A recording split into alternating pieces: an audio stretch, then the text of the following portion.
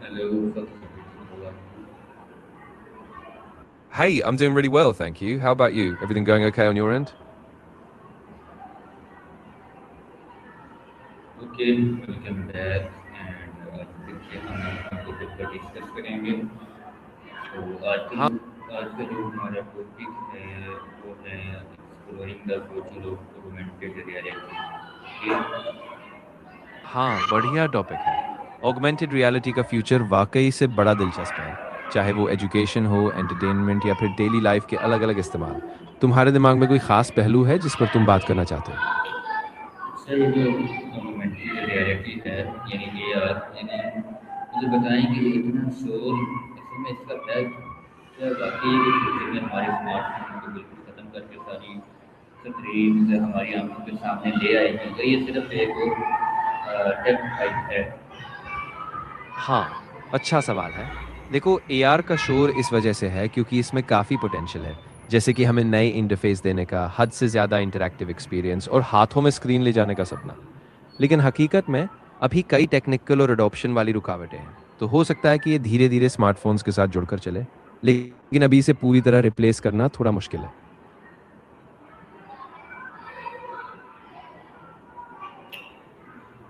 अगर मैं इसके साथ उसको लिंक करूँ VR को, तो AR तो मिक्स, यानी इन दोनों को अगर मैं मिक्स कर देता हूँ AR को और VR को, प्रैक्टिकली सोचें तो वो जो VR है हमें एक अलग दुनिया में ले जाता है, लेकिन AR हमारी इसी रियल दुनिया के ऊपर डिजिटल लेयर कैसे बिठाएंगे? बिल्कुल सही बात। एआर और वीआर का कॉम्बिनेशन अक्सर मिक्स्ड रियलिटी में आता है, जो दोनों का एक तरह का ब्लेंड बनाता है। वीआर हमें पूरी तरह से काल्पनिक दुनिया में ले जाता है, जबकि एआर असली दुनिया को थोड़ा एड किया हुआ डिजिटल कंटेंट देता है। तो अगर आप दोनों को मिलाते हो, तो आप रियल और वर्चुअल का एक हाइब्रिड एक्सपीरियंस बना सकते हो, जिससे आप दोनों दुनिया को साथ में महसूस कर पाओगे। अगर मैं आपको इमेजिनरी प्रैक्टिकल इमेजिन, यानी एक आपको लाइक आपको एक सफ़र दूँ, वो ये कि ये जो अगर ऐसा हो कि हम स्मार्ट ग्लासेस पहन के चल रहे हैं और हर फील्ड की इंसान की इंफॉर्मेशन हवा में फ्लोट हो कर रही हो, तो क्या ये हमारे माइंड के लिए एक बहुत खौफनाक इंफॉर्मेशन या ओवरलोड या वो जो होता है, यानी ओवरलोड माइंडसेट, वो नहीं हो जाएगा? हाँ, बिल्कुल सही कहा तुमने। अगर इतनी ज़्यादा जानकारी लगातार हमारे सामने फ्लोट करें, तो हमारा दिमाग सच में जल्द ही थक सकता है। इसे कॉग्निटिव ओवरलोड कहा जाता है। इसीलिए फ्यूचर में डिज़ाइनर्स और डेवलपर्स को बहुत सोच समझ कर ये बैलेंस करना होगा, ताकि सिर्फ ज़रूरी और प्रासंगिक जानकारी ही सही समय पर दिखाई दे। एक और प्रैक्टिकली आपको जो एग्जाम्पल दूँगा, जब लोग एक दूसरे से मिलेंगे, कम्युनिकेशन करेंगे, तो इनके चेहरों पर हर वक्त स्मार्ट ग्लासेस होंगे, तो क्या हमारा जो रियल आई कंटेंट, यानी हमारा जो हमारा रियल जो आईज का कनेक्टिविटी होती है, वो तो जो एक इमोशनल ह्यूमन कनेक्शन होता है, वो तो बिल्कुल ख़त्म हो जाएगा। हाँ, ये बहुत बड़ा सवाल है और इसकी चिंता वाकई जायज़ है। अगर हर समय हमारे बीच में डिजिटल कर लेयर आ जाएगी, तो जो आँखों का नेचुरल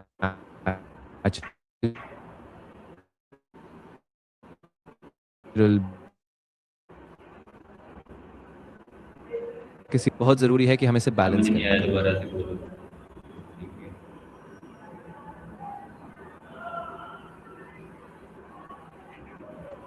हाँ, बिल्कुल। मैं यहीं रोकता हूँ। अगर तुम्हें आगे कोई और पहलू या आपने कोई और मैं सवाल डिस्कस करना हो, तो ज़रूर बताना, आपसे ये मैं पूछ तैयार रहा हूँ। हूँ कि जो तूने अभी पहले एक्सप्लेन किया, वो दोबारा से एक्सप्लेन करो। हाँ, ज़रूर। तो मैं ये कह रहा था कि अगर हम स्मार्ट ग्लासेस पहनकर हर समय चलेंगे, तो जो हमारी असली आँखों का कॉन्टैक्ट है, वो धीरे-धीरे कम हो सकता है। क्योंकि हमारे बीच में हर वक़्त डिजिटल जानकारी आ जाएगी, तो वो जो इमोशनल, नेचुरल कनेक्शन है, वो कमज़ोर पड़ सकता है। इसीलिए हमें ज़रूरी है कि हम इसे बैलेंस करें, ताकि रियल और डिजिटल दोनों का संतुलन बना रहे। अच्छा, साइकोलॉजिकली के जब फिजिकल और डिजिटल दुनिया बिल्कुल आपस में लैंड हो जाएगी, तो क्या हमारे ब्रेन के लिए ये डिफरेंस करना मुश्किल नहीं हो जाएगा? हाँ, ये एक बहुत बड़ी चिंता है। जब फिजिकल और डिजिटल दुनिया पूरी तरह आपस में मिल जाएंगी तो हमारे दिमाग के लिए दोनों के बीच अंतर करना वाकई मुश्किल हो जाएगा। हमारा ब्रेन नेचुरली दोनों को अलग अलग तरीके से प्रोसेस करता है, तो जब कॉन्फ्यूजन होगा हो सकता है कि हमारी ध्यान देने की क्षमता, हमारी मेंटल एनर्जी और इमोशनल कनेक्शन भी बदल जाए।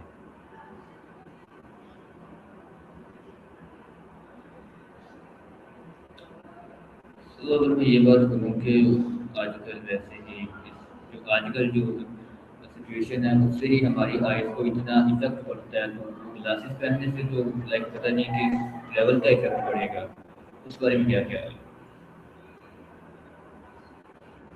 हाँ, बिल्कुल सही बात है। आजकल तो स्क्रीन टाइम की वजह से ही हमारी आंखों पर बहुत जोर पड़ता है, मतलब डिजिटल स्ट्रेन, सिर दर्द और नींद की दिक्कतें। अगर हम और एडवांस स्मार्ट ग्लासेस पहनेंगे तो इसका असर और बढ़ सकता है। इसीलिए बहुत ज़रूरी होगा कि डिज़ाइनर्स इस बात का ध्यान रखें ताकि ग्लासेस आंखों पर कम नहीं बल्कि सही सपोर्ट दे। ठीक है, सही हो गया। और अगर हाँ, प्राइवेसी की मैं बात करूँ तो उसका क्या बनेगा? कि अगर हर बंदे के ग्लासेस में कैमरा और एआई लगा हो जो मुझे लाइव एनालाइज कर रहा हो, तो क्या हमारी वो पर्सनल स्पेस बाकी बचेगी? ये वाकई बहुत बड़ा प्राइवेसी इशू है। अगर हर वक्त हमारी आंखों के सामने कैमरा और एआई डेटा कलेक्ट कर रहे हों तो सच में हमारी पर्सनल स्पेस और प्राइवेसी खतरे में आ जाएगी। तो इसीलिए रेगुलेशन और साफ नियमों की बहुत ज़रूरत होगी ताकि लोग अपने बिना सहमति के सर्वेलेंस से बच सकें और उनका डेटा सुरक्षित रहे। अगर मैं जो एक रीडिंग का मामला है कि एजुकेशन के अंदर हम जब लर्निंग के लिए पढ़ते हैं, रीडिंग करते हैं, तो वो वाला सारा जो सिनेरियो वो तो एक लाइक वहाँ पर तो इनकलाब बर्पा हो जाएगा कि वो सब चीज़ें टीवी टीवियों में हमारे सामने लाइक फ्लोट हो रही होंगी, तो वो वाला मामला जो खत्म हो जाएगा। हाँ, बिल्कुल। अगर सब कुछ डिजिटल ओवरले में फ्लोट करने लगे तो पारंपरिक रीडिंग का जो अनुभव है, उसकी गहराई और फोकस वो खो सकता है। पढ़ने में जो एक शांत, धीमी और ध्यान से जुड़ी हुई प्रक्रिया है, वो शायद एआर के ज़रिए बिखर जाए। तो शिक्षा के लिए हमें दोनों के बीच संतुलन बनाने की ज़रूरत होगी, ताकि टेक्नोलॉजी भी हो और पारंपरिक गहराई भी बनी रहे। अगर कोई ह्यूमन पास्ट की मेमोरीज या फिर कुछ पिछड़े हुए जो लोग हैं या अपने पेरेंट्स लाइक अपने ब्रदर्स, वो अगर उनको इन एआर टेक्नोलॉजीज की वजह से अगर उनको रियलिटी में देख पा रहा है, तो वो सिचुएशन क्या सिचुएशन होगी लाइक वो तो एक क्या उसे कहेंगे वो किस हालत में चला जाएगा? ये सच में एक बहुत गहरा और इमोशनल असर डाल सकता है। अगर एआर टेक्नोलॉजी के ज़रिए लोग अपनी खोई हुई यादें को फिर से जी सकें या अपने दूर गए रिश्तों को पल भर के लिए सामने देख सकें, तो वो शायद एक तरह का भावनात्मक सहारा भी बन सकता है, लेकिन साथ ही ये एक तरह का भ्रम भी पैदा कर सकता है, जिससे लोग रियल और वर्चुअल के बीच उलझ सकते हैं। तो इसको बहुत ज़िम्मेदारी से और समझदारी से इस्तेमाल करना होगा। चलो ठीक है, ओके। तो आज भी हमने इस टॉपिक पर काफ़ी कुछ लर्न कर लिया, तो thank you for my learning journey. तो अब हम जल्दी से इसको एंड करते हैं डिस्कस को, एंड थैंक यू हाँ, वेरी मच। अरे कोई बात नहीं, मुझे खुशी है कि तुम्हें इससे कुछ नया सीखने को मिला। अगर तुम्हें कभी और चर्चा करनी हो तो मैं ज़रूर तैयार